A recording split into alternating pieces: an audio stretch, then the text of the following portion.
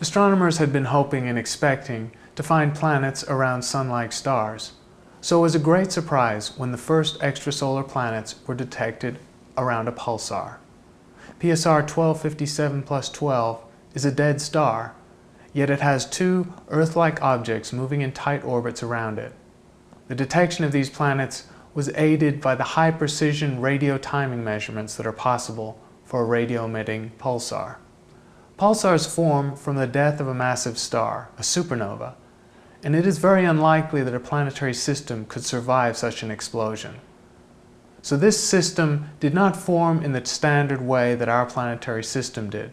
Perhaps these planets formed from the aggregation of debris left over from the supernova. Either way, this exotic and bizarre system is unlikely to tell us much about the formation process of our own solar system.